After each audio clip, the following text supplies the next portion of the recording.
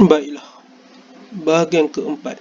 Sebelum ni kita dah belajar Yang di-Pertuan Agong merupakan ketua bagi 3 badan: Badan Perundangan, Eksekutif dan Badan Kehakiman. Ni kita tengok dulu apa maksud badan yang tersebut. Okey, badan pertama, Badan Perundangan. Badan Perundangan, muka surat 53. Badan Perundangan berfungsi sebagai menggubah undang-undang. Maksudnya membuat undang-undang. Badan perundangan pada peringkat kerajaan persekutuan ialah Parlimen. Maksudnya undang-undang di negara kita ni, dalam satu negara ni, dibuat di Parlimen. Dan dalam negeri pula dibuat dalam Dewan Undangan Negeri, DUN. Okey. Jadi Parlimen ialah badan perundangan tertinggi di Malaysia. Jadi pada Parlimen tersebut ada 3 komponen, iaitu Yang di-Pertuan Agong sebagai memberi perkenan, Dewan Rakyat dan Dewan Negara. Jadi apa-apa undang-undang yang dibuat pada dua dewan ni perlu mendapat perkenan Yang di-Pertuan Agong. Itulah Badan Perundangan. Okey, jadi kalau tengok dalam muka surat itu, Yang di-Pertuan Agong salah satu komponen dalam Badan Perundangan. Dewan Negara atau Senat, Dewan Tertinggi dalam sistem perundangan negara, membahaskan rang undang-undang yang diluluskan oleh Dewan Rakyat dengan lebih teliti. Jadi apa-apa undang-undang yang dibuat dalam Dewan Rakyat akan dibentangkan di Dewan Negara. Okey, Dewan Rakyat atau perwakilan, dewan yang ahlinya dipilih oleh rakyat melalui pilihan raya, menggubah dan meluluskan undang-undang pada peringkat Dewan Rakyat. Okey, ini adalah Badan Perundangan. Dewan Undangan Negeri, DUN. Di Malaysia terdapat DUN di setiap negeri kecuali wilayah persekutuan, Labuan dan Putrajaya. Jadi bagi Dewan Undangan Negeri ini, ketuanya adalah terdiri daripada Sultan atau Yang di-Pertuan Negeri, Speaker Dewan dan Ahli Dewan Undangan Negeri. Jadi tugas Dewan Undangan Negeri ini adalah membuat undang-undang pada negeri tersebut. Okey, seterusnya, Badan Eksekutif. Badan Eksekutif adalah badan pemerintah, muka surat 54, badan pemerintah yang melaksanakan kuasa eksekutif mengikut perlembagaan. Jadi bagaimana kita dah belajar tadi, yang paling atas dalam badan eksekutif adalah Perdana Menteri. Jadi Perdana Menteri ni dia ketua kepada semua menteri, sebab tu dia panggil Perdana Menteri. Jadi bawah dia ada menteri dan setiap menteri itu akan jaga satu kementerian. Contohnya Menteri Pendidikan akan menjaga Kementerian Pendidikan. Jika ada masalah berkaitan dengan pendidikan, Menteri Pendidikan akan ambil tahu kemudian melaporkan pada Perdana Menteri. Jadi menteri akan berbincang sama sendiri dalam jemaah menteri. Jemaah dalam sama dia lah. Jadi himpunan menteri dipanggil jemaah menteri atau kabinet. Jadi kalau tengok jemaah menteri itu terdiri daripada Perdana Menteri dan menteri seperti Menteri Keuangan, Menteri Pendidikan dan Menteri Kesihatan. Okey, tugas utama jemaah menteri menggubal dasar negara dan melaksanakan pembangunan. Perdana Menteri mengetuai jemaah menteri, memimpin kerajaan dan menjalankan pentadbiran pada peringkat kerajaan persekutuan. Last kali penting, sekiranya seorang menteri tidak setuju dengan dasar kerajaan, beliau hendaklah meletakkan jawatan sebagai ahli jemaah menteri. Okey, ini paling penting tugas jemaah menteri ini. Jadi itu di peringkat persekutuan, maksudnya yang bincangkan hal dalam negara. Pada dalam hal negeri ada juga majlis, cumanya namanya Majlis Mesyuarat Kerajaan Negeri.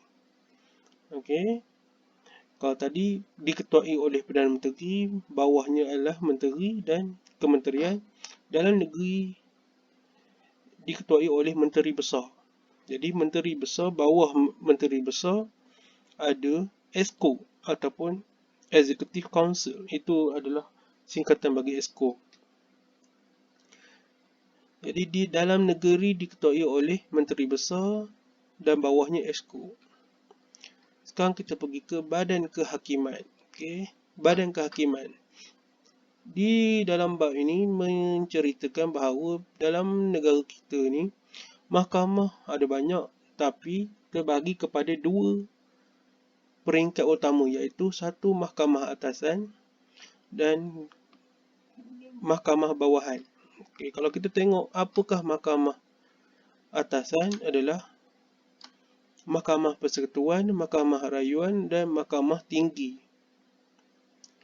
Mahkamah tinggi ini adalah mahkamah atasan.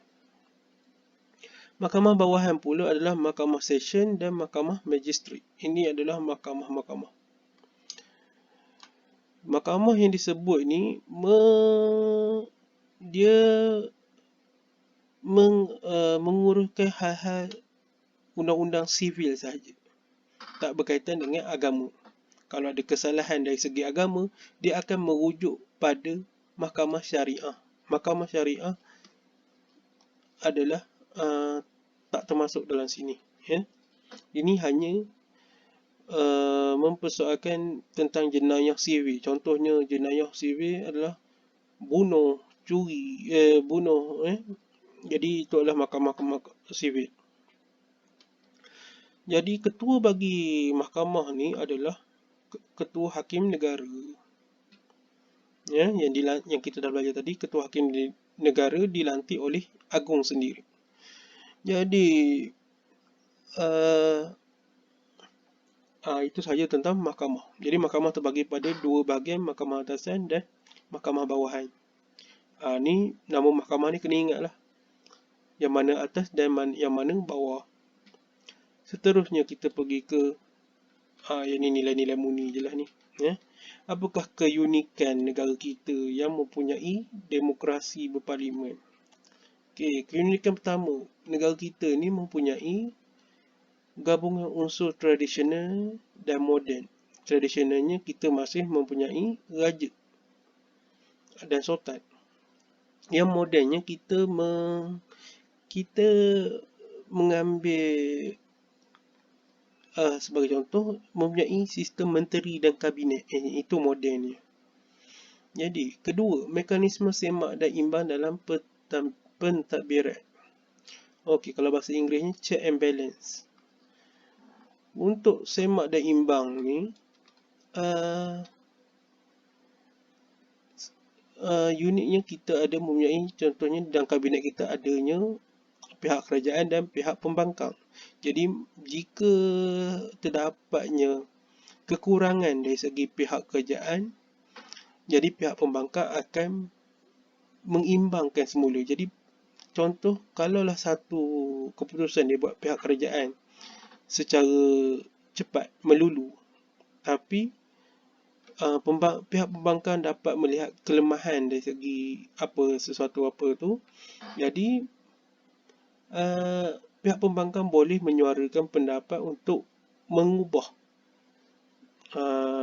tindakan tersebut. Barulah dapat semak dan imbang.